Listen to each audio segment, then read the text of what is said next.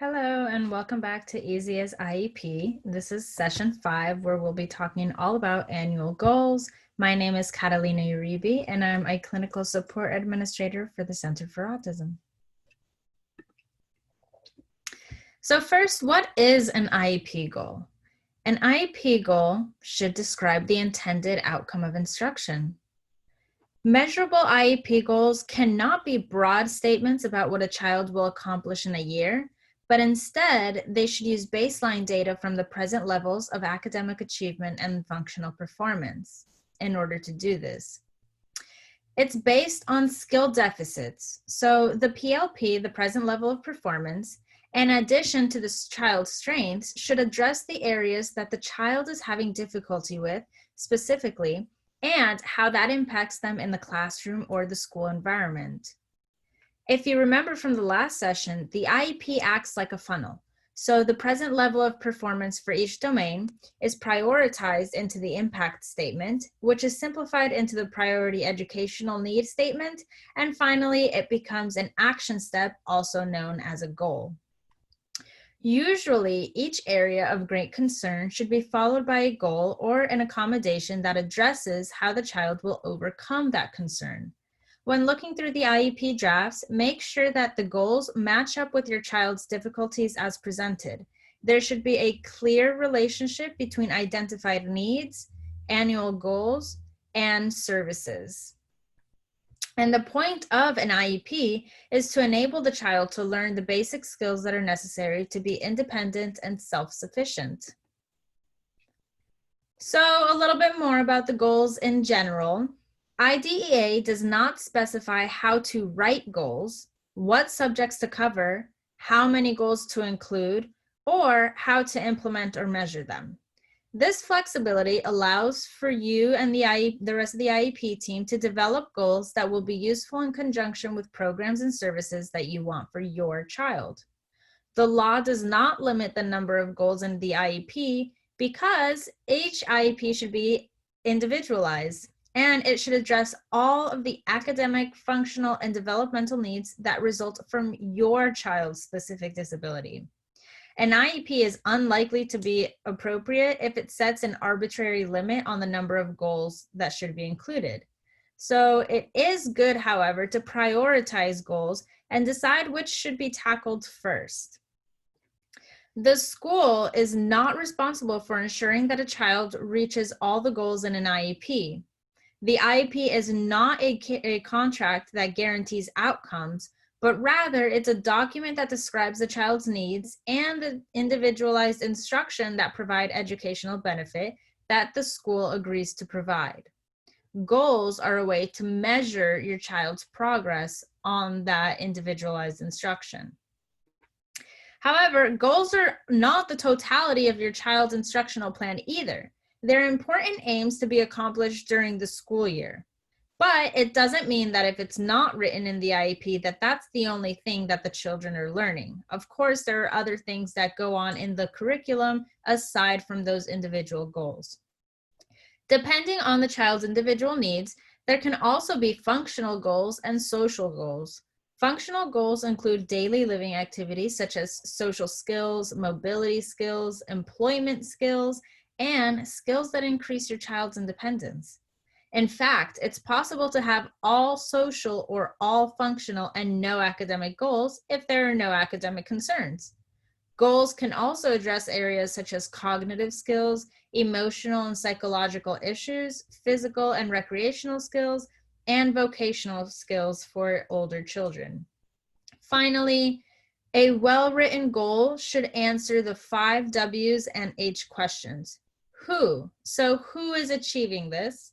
What? Is it a skill or a behavior? How? In what manner or at what level? Where? In what setting or under what conditions? And finally, when? By what time and ending at what date? So when we talk about goals, I really want to focus on SMART goals. And SMART is an acronym. It stands for specific, measurable, actionable, realistic, and time limited. So specific. Goals and objectives should be specific and include clear descriptions of the knowledge and skills that will be taught and how the child's progress will be measured.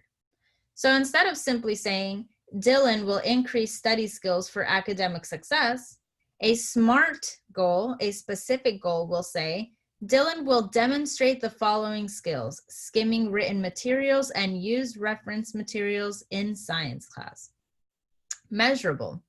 Measurable IEP goals describe what your child can reasonably expect to accomplish in areas of need within a specified period of time. Measurable means that you can count it or observe it or document it. To be objectively measurable, it means that any stranger who is presented with the goal will also be able to count or observe and document it correctly and accurately. So instead of saying, Dylan will improve his reading skills, we can say, given second grade material, Dylan will read a passage of text orally at 110 to 130 words per minute with random errors. By being specific and adding this measurable component, any person that reads that goal is able to say, okay, do I have a second grade level text? Is he reading it orally at this rate? Does he have random errors, or is it just a lot of errors continuously and it's not fluid?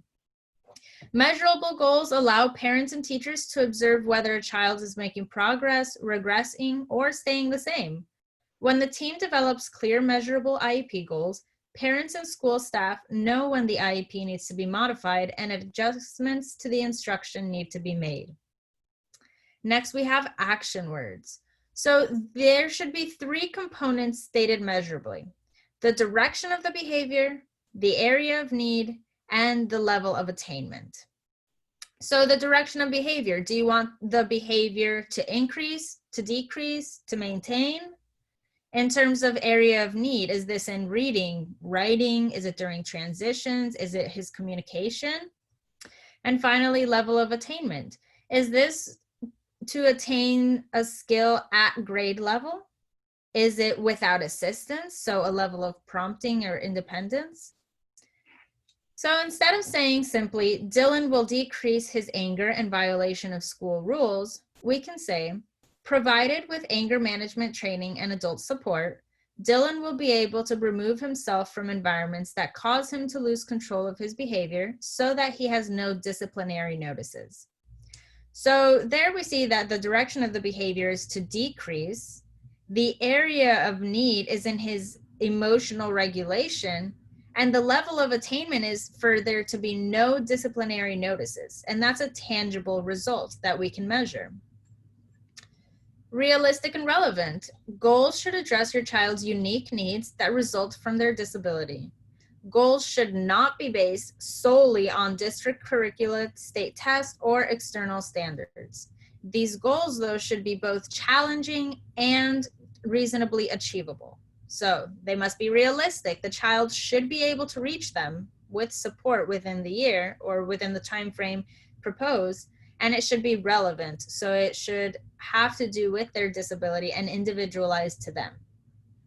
Instead of saying, Dylan will demonstrate improved writing skills, a SMART goal would say, Dylan will improve his writing and spelling skills so he can write a clear, cohesive, and readable paragraph consisting of at least 3 sentences, including compound and complex sentences that are clearly related. And finally, time limited. IEP goals are most commonly written to be mastered in 1 year, never longer, and as such, the goals and objectives should be written to reflect that. So here are some examples. These examples are taken from understood.org, which is a website that I greatly recommend to parents and caregivers because it really explains a lot of the educational process and topics in a very easy to understand manner.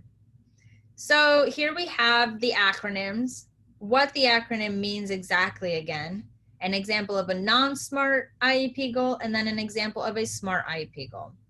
So in terms of specific, instead of saying Adam will be a better reader, we get specific and we say Adam will be able to read a passage orally in a grade level book at 110 to 130 words per minute with random errors. Similarly, instead of simply being able to solve math problems, which could mean 1 plus 1, we say Emma will solve math problems that involve computation of fractions and decimals with 75% accuracy. In terms of attainable, so the action items, Jackson will write at grade level with no errors in spelling or punctuation. Maybe for Jackson, he's 3 grade levels behind in writing skills, so it's not really reasonable for him to make up those 3 years of learning in 1 academic year. Something reasonable for him will be to write a paragraph with at least 5 sentences with each greater than 8 words with no more than 2 errors in spelling and punctuation. Results oriented, Dana will have good eye contact with others. Instead of saying that, we make it measurable. And finally, time bound. The time sensitiveness of it is usually in the very first part of the sentence where it says by May 2020, by June 2021, and then the rest of the goal proceeds. So in terms of modifying goals, in general, you want to stay away from goals that includes the word understand, appreciate, and even appropriately, unless they are accompanied by an objectable way to measure them. And only some words fall in this category. So for example, there's no way to objectively measure if someone appreciates classical music, for example, but you can measure understanding by using correct answers on a math test, or if the child is able to explain their reasoning. Your child's IEP must include a statement about how your child's progress toward meeting the goals will be measured. And there are several ways to make a goal measurable. So you can either specify performance. So is this, again, at grade level, or is it using objective tests? Is it using a score on one of those tests? You can indicate a rate. So is this in 3 out of 4 opportunities? Is it for 5 out of 10 minutes? And finally, you can use a standardized assessment, a criterion reference test, or general progress monitoring. At a minimum, measurable goals should include the following. What is the expected change in the child's performance or behavior? What needs are being targeted? For example, is this a skill? Is it an area of knowledge or understanding? Is it a behavior? And finally, what criteria will be used to measure progress or growth? For example, how much will he or she improve? How often will he or she engage in the behavior? To what level of proficiency are we expecting this increase? And so on and so forth. Here are some more examples. So instead of Tim will improve his reading comprehension, we make it specific. Tim will read a 4-paragraph story and demonstrate at least 75% accuracy on objective comprehension tests. I put an asterisk here because none of my examples for space purposes include the time limit or the prompts, which you probably see in your IEPs. So they don't say, for example, by June 2021, and they don't include the level of prompting. So for example, given visual, verbal, gestural prompts. And again, so how do we measure behavior? Because is behavior always objectable?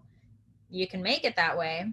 So many IEP goals that are developed to address behavior are not measurable, but so for example, when we say to listen attentively or to use time constructively, what does that really mean? However, we can also change these by the following 4. So you can include precipitating events. So for example, when asked to work independently, so on and so forth. We can use environmental factors. When dealing with female authority figures, we can use results of the behavior. Removal from the classroom increases this negative behavior. And we can use other observable patterns. For example, after lunch, during art activities, or in math class.